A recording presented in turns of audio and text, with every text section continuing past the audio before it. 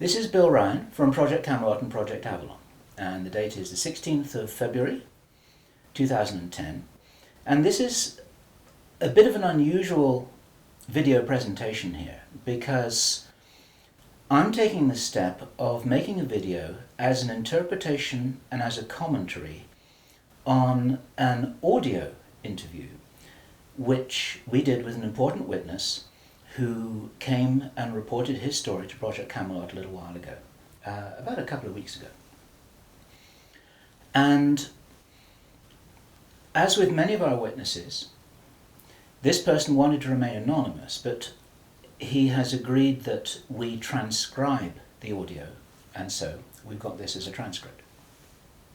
And this is going to be released at the same time as the video because it's important to be able to read the transcript at the same time as you're considering what I'm saying about it here. And as we come into this story, you're going to understand exactly why it's important to get all the information, to hold it all into a very fine balance.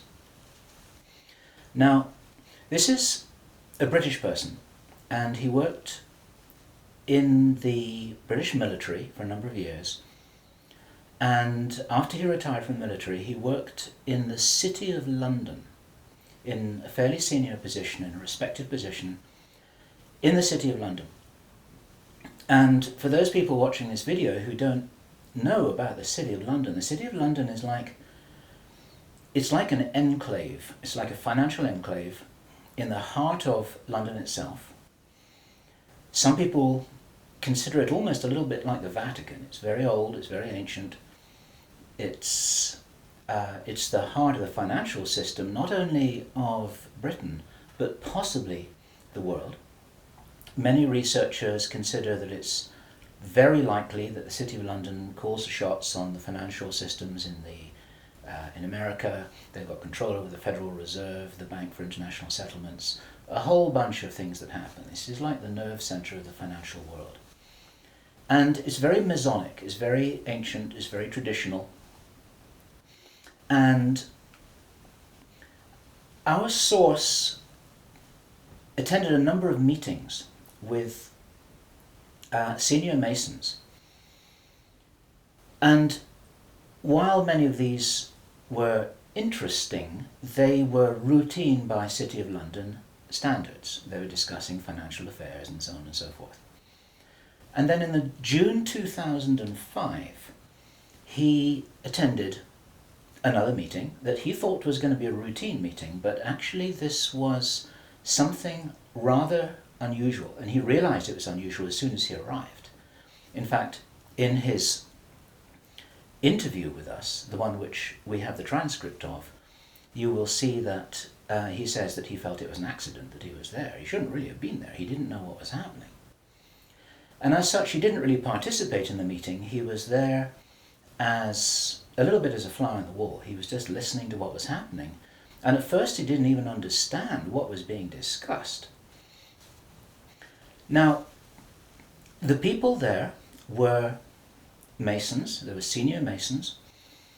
They were about 25 or 30 people there, including senior politicians who most people in the UK would recognize by name. I do not know who they were. He didn't name them, and I didn't ask them, but he said these are well-known names.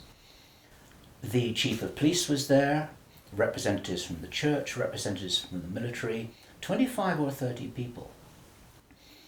And as he listened to this story being discussed, it was an informal meeting. It wasn't like at a big table with kind of notepads and water glasses and minutes and an agenda and a chairman. There were just people in a room who were talking about all of this stuff.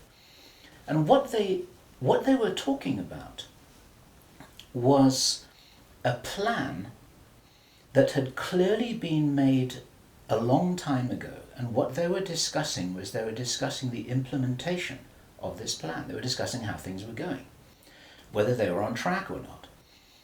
And what for example, to give a flavour of this, they were discussing between them some of the problems that they had in the implementation of their plan. And as this little presentation continues here, you will realize what the plan was, and I'm going to be revealing this in very much the same way as it was revealed to our witness and as he revealed it to me, bit by bit, step by step. The first thing that he heard was they were talking about the fact that Israel didn't look as if it was getting prepared to attack Iran anytime soon. This was a problem. Even back in June 2005, they were apparently concerned that what it was that was planned on some kind of a timeline wasn't rolling out according to schedule, and this was an issue for them.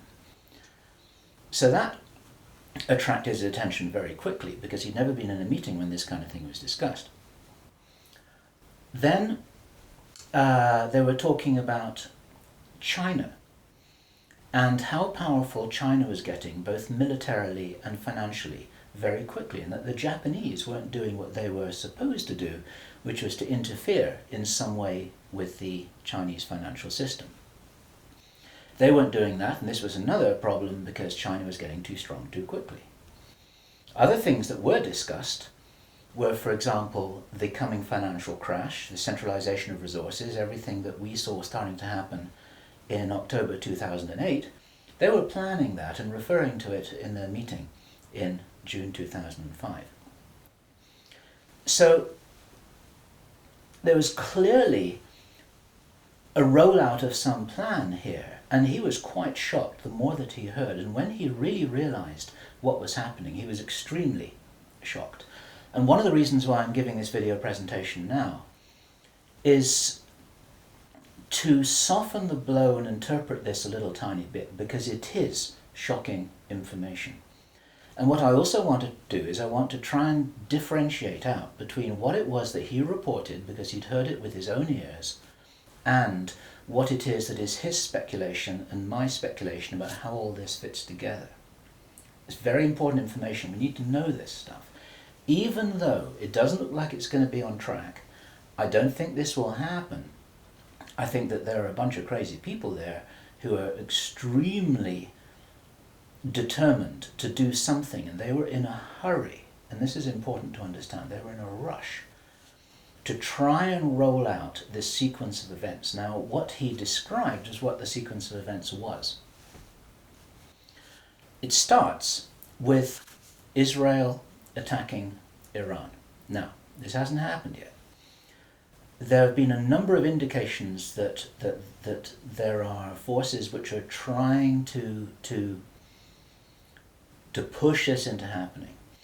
You've only got to follow the news for the last 2 years to realize that the public is being prepared for a justification for this kind of thing. Iran is being set up as being the bad guys that deserve something to happen to them, and so on and so forth. Now, that's going to be the start of what is like the opening gambit in a big chess game. And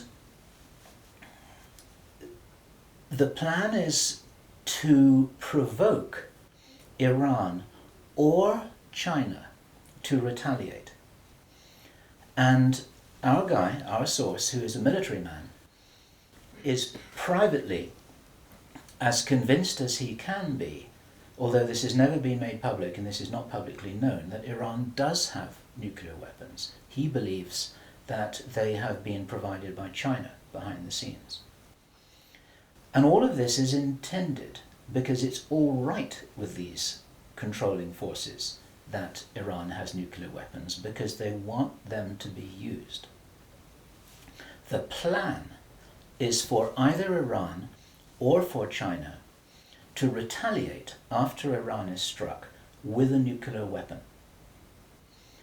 At that point, there will be a limited nuclear exchange in the Middle East, followed by a ceasefire. He heard this being planned in this meeting. This is being choreographed.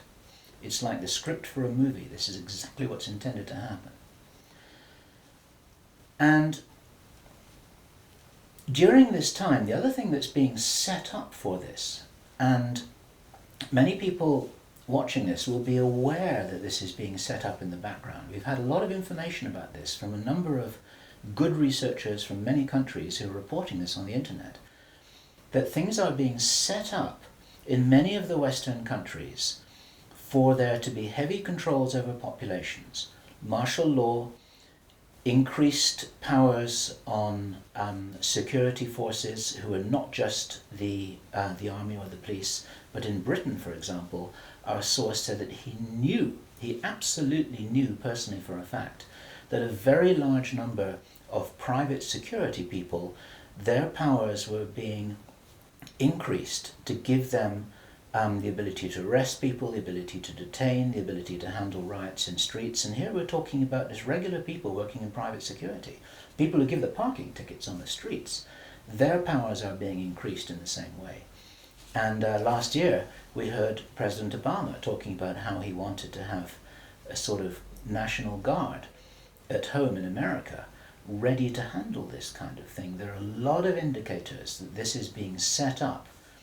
And in this rollout of this crazy scenario where it is intended that there will be a limited nuclear exchange in the Middle East, the idea is that as the world looks upon this with horror, then they will demand from their governments that there are heavy controls over travel, over communication, over people who meet, over people who protest in the streets. They want to make sure that they don't have crazy bombers on airplanes, crazy bombers in the shopping malls.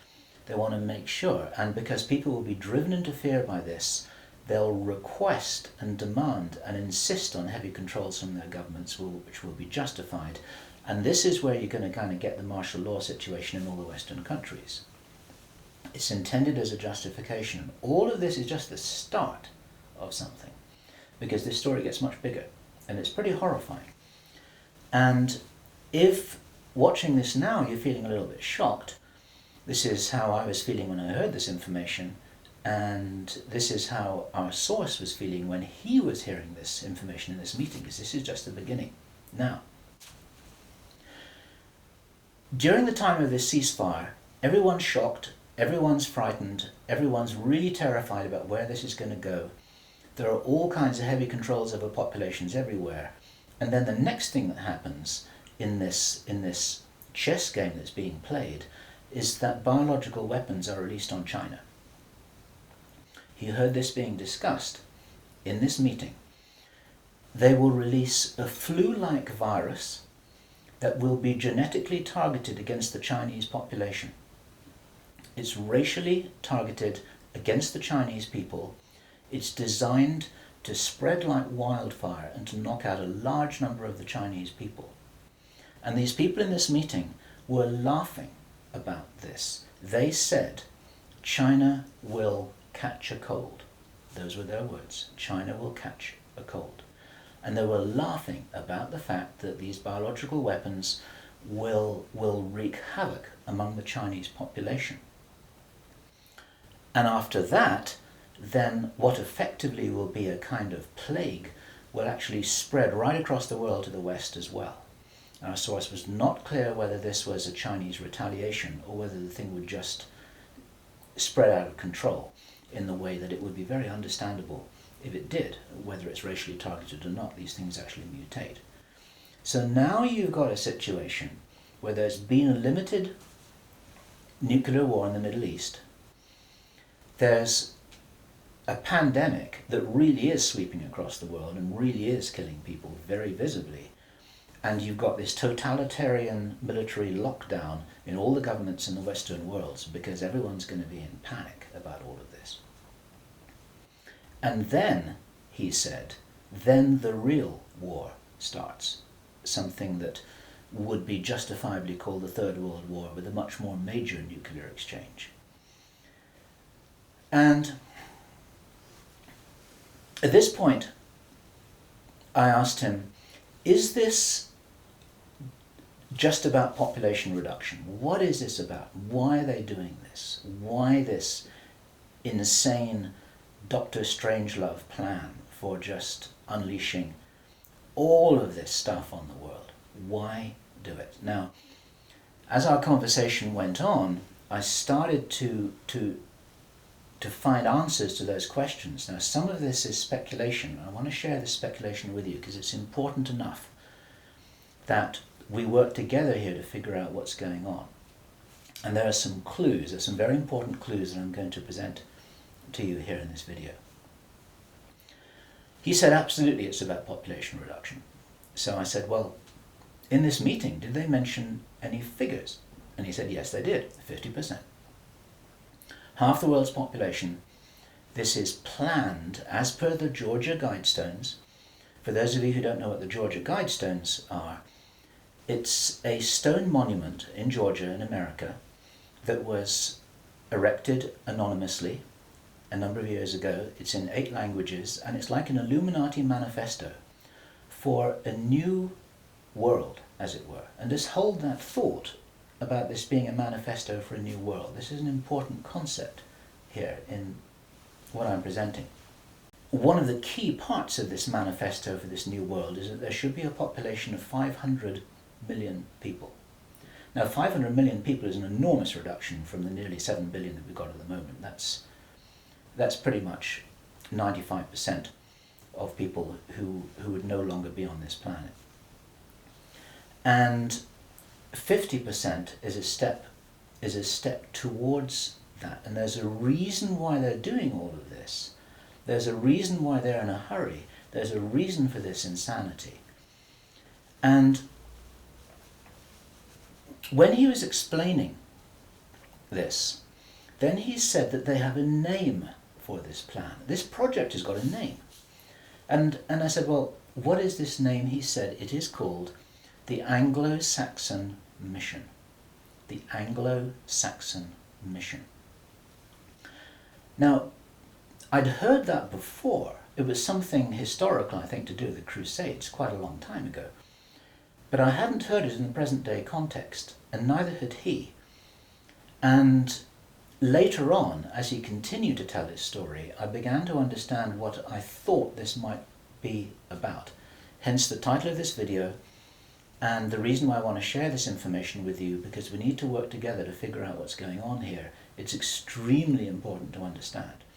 There's a plan, I believe, that Hitler would be proud of, which is so evil, it's so Machiavellian, it's so hard to face up to, it's so unbelievable, that I need to put it on the table for you so that you can consider whether or not this might be a possibility. The plans that I've been describing are definitely a possibility because he heard them with his own ears in this meeting. Everything I've described up until now, up to and including a major outbreak of hostilities after the limited war. So the sequence is as follows. The planned sequence is as follows. Israel attacks Iran, then there's a ceasefire, then during which time there is heavy governmental military controls over populations in all Western countries. Then China is attacked by a biological weapon. It's a flu-like disease that spreads like wildfire. This goes all over the world, and then they have a major Third World War. And then, by this time, 50% of the population will be destroyed. And not only because of the war or the plague, but because, as many of you watching this will understand, the infrastructure goes down in situations like this. There's no food in the supermarkets, there's no gas in the pumps, the telecommunication goes down, there may not even be water coming out of the taps.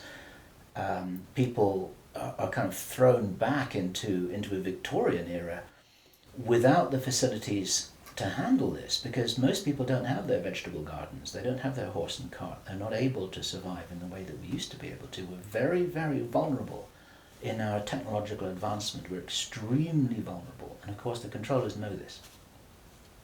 At this stage, our source was speculating about why are they in a hurry? Why do they want to do this? And there's a sort of heavy irony here, which is like, I was saying, well, if you're going to plan the Third World War, then why not take your time over it and get it right and do a really good job? You can, this could be in 20 years' time or 30 years' time, it doesn't really matter. Why is there in such a rush? And our source said that he felt from inside information he's continued to receive, that this is still timed for something around 18 months from now. And that puts it around about the middle of 2011. He doesn't know this for sure because these events aren't calendar driven, they're actually event sequence driven. In other words, this has got to happen before that happens, and then after that the next thing can happen, then after that the next thing can happen. So a whole lot of things have got to be in place before all the dominoes fall over, so to speak. And they seem to be behind schedule in some of this. There are some planned events that definitely haven't happened. One of the things which I remembered when I was hearing this story was that our source, Henry Deacon, and many of you who've watched Project Camelot videos and read their reports for the last 3 years will know that when we met Henry Deacon in 2006, he said that in his own inside information was that there would be a war against China in 2008. Now that didn't happen. And all this time, at that time it didn't make any sense, and even now it didn't make any sense. It's like, well, all right, but why do this? Why do this? Why do this? Now, this was his answer. And our source is a pretty smart guy. He's been in the military. It's a totally different story that he didn't debrief in our audio transcript, which you have the opportunity to read, but he's had his own ET experiences in the military. He's got his own sources of information about some of the background for this. He says that he's as sure as he can be that the people who are calling the shots in the world, you can call them the Illuminati, the controllers, the cabal, whatever name you have for them, they believe that there is going to be what he called a geophysical event, a major geophysical event. He says that the best information that he's got is that the insiders believe that this is going to happen, or they are concerned that this is going to happen. And many of you watching this will know that this isn't a completely crazy idea. There have been trillions of dollars that have been spent on deep underground bases for some reason which we don't know why it is. You'll know about the seed bank in Svalbard. This is in the public domain, where all the seeds of all the plants and all the crops in the world have been buried deep inside a granite vault in northern Norway. There are many precautions being taken as if something might happen that could really threaten some of these valuable resources, including the seed banks of the world. Now, if there is going to be a geophysical event as they believe, this is because it seems to be preserved Illuminati inside knowledge, whether it's true or not, that there are repeated cyclical geophysical events about every 11,500 years. Information about what really happened to Atlantis was very probably in the Great Library of Alexandria that burnt down a couple of thousand years ago.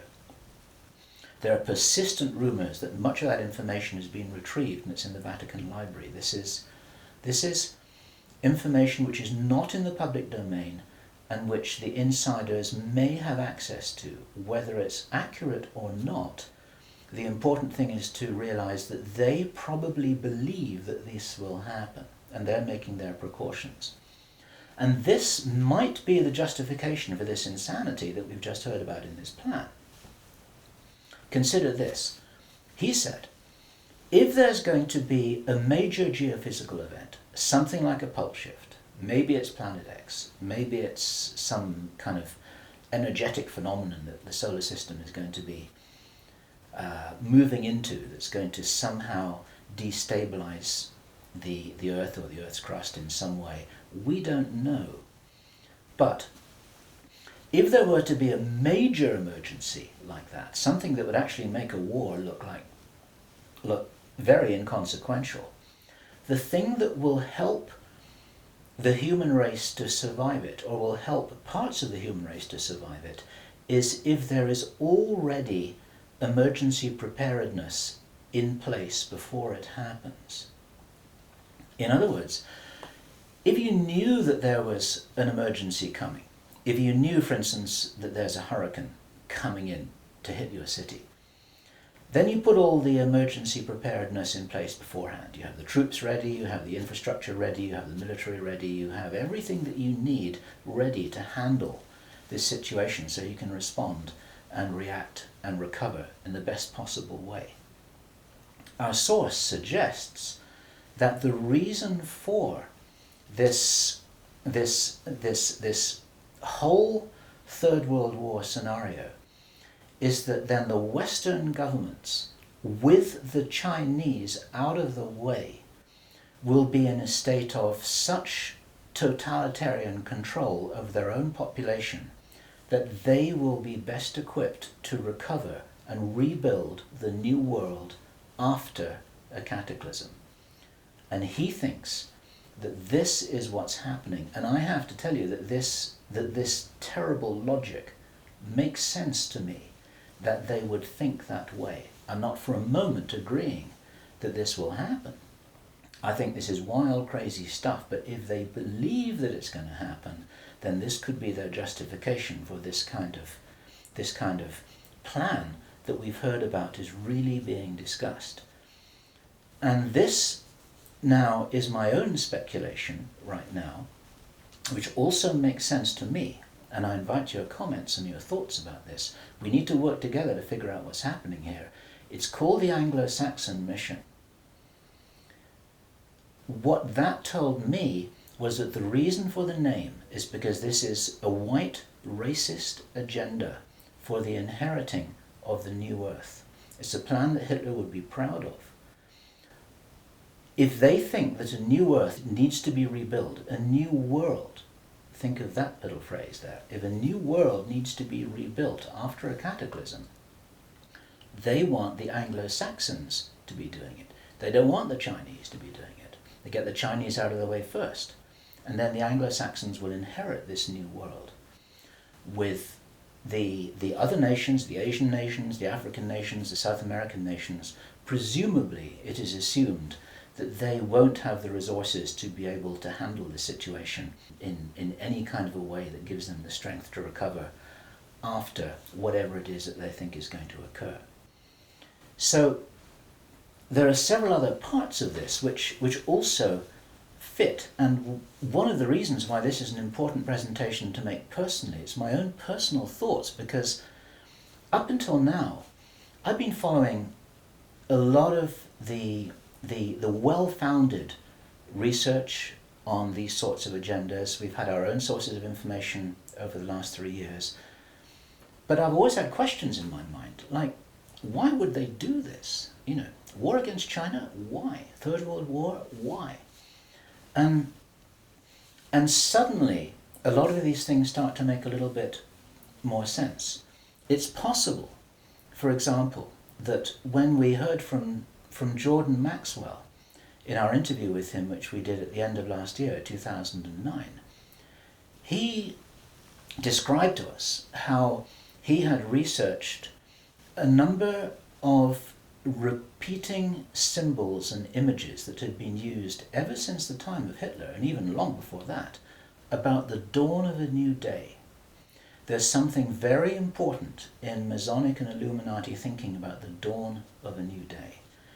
And here we have possibly the reason for their belief that if you think about the possibility of a cataclysm, if they think this is really going to happen, the 2012 movie that many of you will have seen, after all of the flood and all of the earthquakes and tsunamis, then you've got these big ships sailing across a calm sea with the sun streaming through the clouds, and you've got the dawn of a new day, and the implication in that movie is that now those people will be able to rebuild the new earth because those are the survivors. It's the modern day Noah's Ark. It's possible that the dawn of the new day, that it refers to that. And it even occurred to me, and I'd be interested for other researchers to offer their views on this, that the very term the New World Order that we first started to hear about 20 years ago, actually longer ago than that, but the New World might be the post-cataclysmic world, the New World. It might be the order for the New World after the cataclysm. They may be planning who will inherit the new world. It may be nothing less than this. Maybe this is what the new world order is all about. It really is the order, the plan for the new world that they think is coming. They think this is going to happen. Now, I say again, it's very, very important to differentiate out all of this information here. I don't believe this is going to happen at all, but they might be doing something crazy to try and safeguard what they believe is their own interests. This is what we need to be aware of here. And what I want to do is I want to just state really clearly why there are profound reasons for not believing that anything like this is going to happen. There are a lot of things that haven't happened which were intended to happen. Many of you will remember I think it was the 30th of August 2007, there was a B-52 bomber that flew halfway across America from Minot Air Force Base to Barksdale Air Force Base in Louisiana with 6 armed nuclear cruise missiles on its wingtips, something that could never happen by accident. It was illegal, it should never have happened. You can't even smuggle a bullet out of the weapons storage area in an Air Force base without there being a whole bunch of signatures and everybody knowing about it, let alone making the mistake of loading armed cruise missiles onto a B-52 bomber with nobody noticing it. There was a reason why that happened, and that was actually prevented from going any further. It stopped at Barksdale in Louisiana. Some very brave airmen blew the whistle on that, and they did their job, and they reported it up the line. It appeared very, very briefly in the mainstream media, and after that it was completely covered over, and everyone said it was a mistake. That was no mistake. There was a reason why they did that.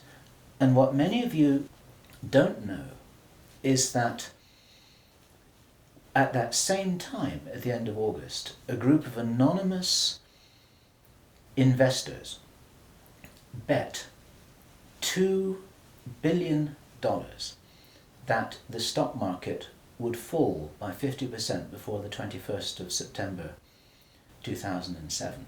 They stood to gain $4.5 billion if their bet had succeeded. These were what are known as put options.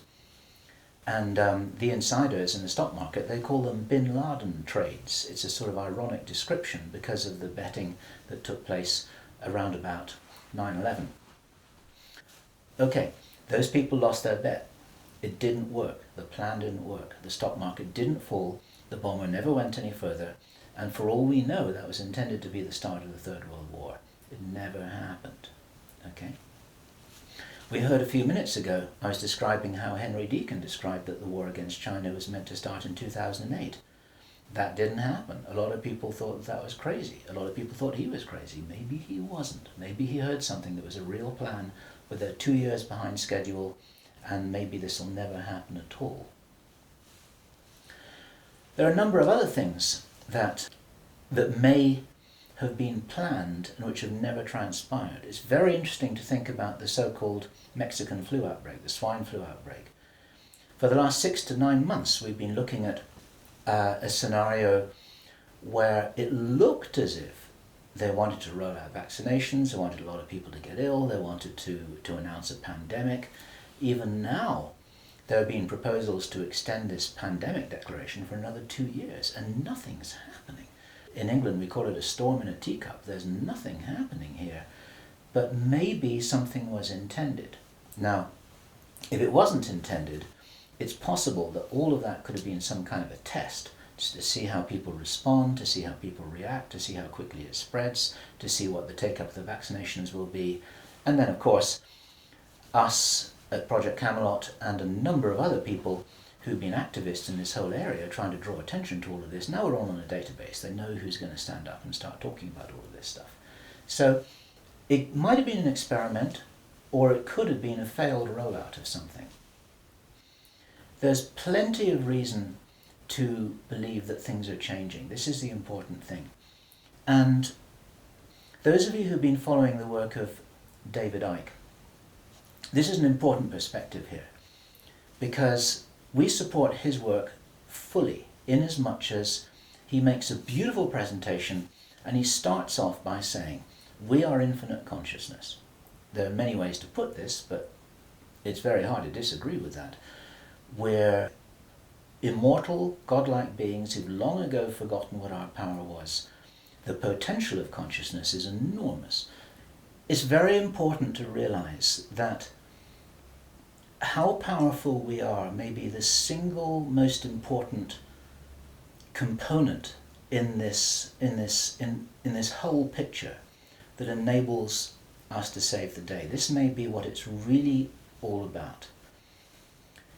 Admiral George Hoover, who died in 1998, he was in the Office of Naval Intelligence in the US Navy.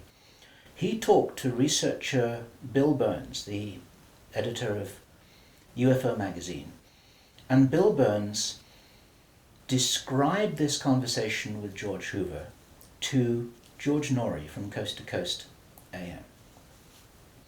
And what Admiral George Hoover told Bill Burns was the biggest secret according to what the American Navy had found out. Very, very interesting story. They were talking about the Roswell visitors, and Admiral George Hoover said that these visitors were us from the future. They were time travelers. They weren't extraterrestrials. Now, other researchers and whistleblowers have spoken about the same thing, and this is fascinating in itself. But what Admiral George Hoover said the biggest secret really was, it had to do with the abilities and the power of the consciousness of these travelers. Because they were us from the future, what the military authorities had found out was what humans are really capable of. And he said that this had been buttoned up really tight, because if we knew how powerful we really were, how powerful we really could be, then we would, in his own words, cause chaos around us, and this could never be permitted. We could rearrange the reality around us in the way that we wanted to, in the way that, if this is real, that the future humans have learnt how to do, which gives them access to these sorts of incredible abilities, such as time traveling. Philip Corso, in his book The Day After Roswell, described in some detail how his understanding was that the way the craft works was they were like an amplification of the pilot's own consciousness. It was their consciousness, it was their ability to travel and bilocate that was amplified by the craft, and that actually all of these abilities are basically abilities connected with the consciousness of the beings themselves. And if they are us, this is the message for all of us here. We're being deliberately dumbed down. Our food is being poisoned. Our children are being lied to in the schools. We're being fed propaganda in the media. We're being forced into this tiny little box. We're being kept busy with game shows and ball games, and we are discouraged from really finding out what it is that is our heritage on this planet. Eric von Däniken has just published a book which is called History is Wrong. There's so much which we are denied. George Green describes that we are known as the useless eaters, this surplus population of billions of people, with a tiny number of people at the top of the heap who are dependent upon us to police each other and to laugh at each other and to stop each other from getting out of line, because we're encouraged to conform to how we're meant to be.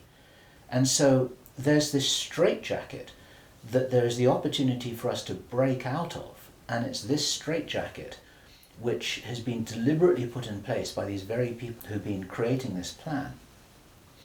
Where this plan originates from, it's very interesting to speculate.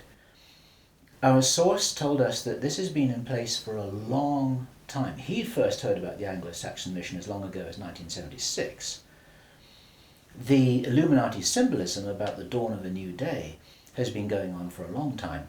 Many people think that this plan requires such a superhuman level of intelligence and strategic understanding, and is so ruthless and so cold that the logic suggests, and David Icke says this, Jordan Maxwell says this, we say this ourselves with full agreement, that this didn't come from a human source. People aren't capable of doing this against other people. There's something else behind this. We have to think big. We have to think from the highest spiritual viewpoint that we possibly can do. That these people shouldn't be fought. What must happen is we just withdraw our consent from these things that are being done to us, from this plan that we're part of. And as I was saying just before, if you're in the military or if you're in intelligence services, withdraw your consent from this, because these plans can't happen without it. There's something about the Illuminati and the way that they're operating that is very limited. They're using force, they're in a box, they're trying to counter what everybody I know is recognizing and referring to as a huge expansion of consciousness all over the world, an expansion of awareness. We get emails every day from people, often very young people, who are saying, I can really see what's happening in the world. Tell me what to do about this, but I'm ready. I'm ready to do something. I'm ready to do whatever it was that I came here for. I don't know what that is yet, but I know that we've got big problems. 20 years ago, people weren't saying that kind of thing. There's a huge rollout of some kind of an expansion of consciousness. It's a morphic field that's growing enormously. And there's something that's changing.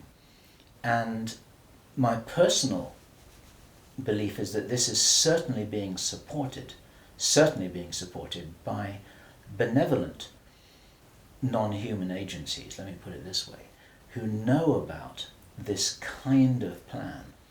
They don't know whether it's going to happen or not, but they know that it's being planned. A lot of contactees, there's some channel information. You need to consider channel information extremely carefully. But there is channel information, and there are contactee reports that all talk about scenarios like this and how we must be wary, how we must be careful, how we've got to guard against it, how we've got to insure against it, how we've got to be prepared for something like this. And it's entirely possible that this increase in consciousness is happening in direct response with this escalation of violent, forceful plans. It's like, as I've often said in my own presentations in the past, it's a little bit like a movie script itself, where you've got everything building up to a climax, so the forces of evil and the forces of consciousness just kind of getting ready for some kind of final confrontation. Now, I'm not trying to be biblical about this, and I know that this situation which I've just been describing is a little bit like the Armageddon War, but I do not believe that this kind of thing will actually come about. As I've said many times before, there was an interview which I did on Freedom Central, which you'll see on the Camelot site, where I say the single strongest reason that I have for not believing that anything is fixed, that we're all doomed, that anything really bad is going to happen, although I think we've got a lot of problems to solve, is because I wouldn't be here, and neither would you watching this now. I'd have incarnated on another planet. I'd have gone somewhere else. I'm not going to go and sit here in the firing line with no possible way of escaping. There's a job to do here, and many of you watching this will be aware of the fact that we're here to do jobs. It's what Dolores Cannon calls volunteers. We may be here for a reason. We may be here to help catalyze this increase in consciousness, and that's what's going to prevent this kind of thing from happening, because if we do not agree that this is the future that we want, then that's not what we're going to experience. We do all co-create our reality, we do all have a part in it, and I profoundly believe that by becoming aware of these plans, this is the way that we avert them. There's a difference between prediction and prophecy. These are two words in the English language that are easily confused with each other. Prediction and forecasting is saying, okay, in 3 months' time, this is what's going to happen because this is what the data leads us to conclude logically. That's all about forecasting and prediction. A prophet does something different, and it's a word to be used with care because it's often misused, it's often misunderstood, and it's like a biblical term, and some people react against it for that reason. But what a prophet always used to do is to say, listen, if we don't wake up and if we don't take action, then this is what's going to happen. And the purpose of the prophet giving this prophetic warning is not to warn people that it will happen, but to say, listen, you got to change something here. You got to change the way you're doing things. You got to change the way that you're being. You got to change the way you're interacting with each other. You got to change your whole attitude. Whatever it is that you change, then the purpose of the change is so that this prophesied event doesn't happen. And so what we have here is we have a kind of prophecy. It's not a prediction. And I'm using this word very, very carefully because the reason why I'm making this statement, the reason why we're releasing this information is to make sure that this doesn't happen. What are we going to do with this information? It's going to be translated into every language that we can. The video is going to be subtitled in Chinese, Arabic, Russian, Spanish, every other major language. I want this video to be picked up by the Chinese. I want this to be escalated up the line. The Chinese are very sensitive about videos that refer to them, especially ones with Chinese subtitles. This will be reported right up the line to Chinese intelligence, to the Chinese military commanders. And the reason for that is because, first of all, if this is nonsense, it doesn't matter, okay? But if this is a really serious threat, then those are the guys who need to know about it, because their first nuclear response, which is designed to be provoked, is the thing that actually sets this whole thing on fire. And so, to any Chinese military commanders who are listening to this, don't do it, okay? None of us must do anything here that is in alignment with their plans. There's a wonderful scene in the Avatar movie that I loved so much, which was when the woman helicopter pilot who was ordered to fire her weapons at the big tree, she's just about to fire, and then she says, I didn't sign up for this. And then she turns around and she goes home. She's not going to be part of this. There are many people in the military who never signed up for anything like this. There are many people in the intelligence services, they never signed up for anything like this. They signed up when they were young, thinking that they were doing the best thing for their country, thinking that they're doing the best thing for mankind. They're not all evil at all. And so as a direct message to those of you in the military and the intelligence services who may be watching this or may have had this brought to their attention, you don't have to do this stuff just because you're told. You need to support what's best for the human race. You don't need to follow orders if it's going to lead to a huge destruction here, which is in no one's interests apart from the controllers who have an agenda of their own, and that agenda doesn't feature you and me, that's for sure. Okay, so that's the end of my presentation. I want you to consider this information. I'm not urging you to believe it. I want you to research it. I want you to check it out.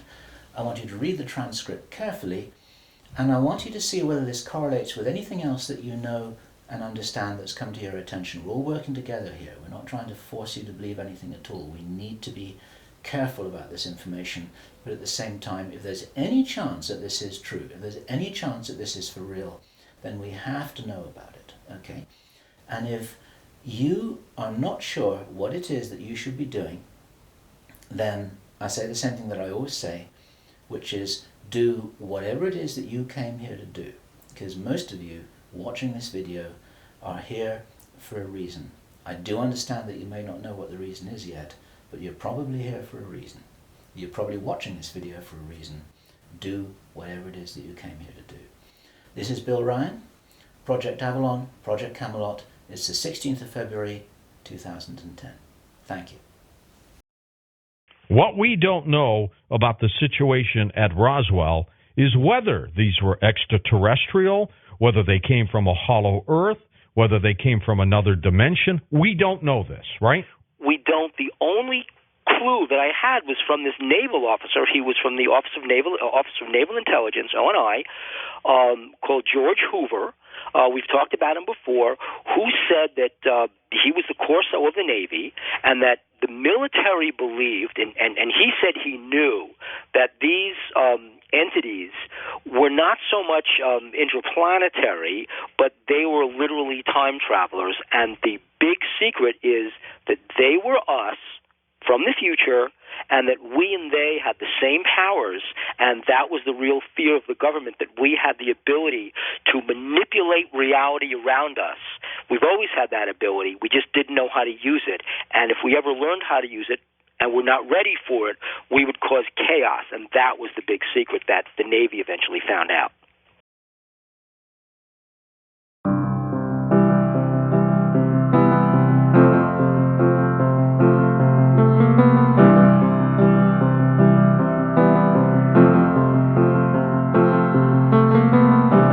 Imagine there's no heaven. It's easy if you try. No hell below us. Above us only sky. Imagine all the people living for today. Imagine there's no countries. It isn't hard to do. Nothing to kill or die for, and no religion too.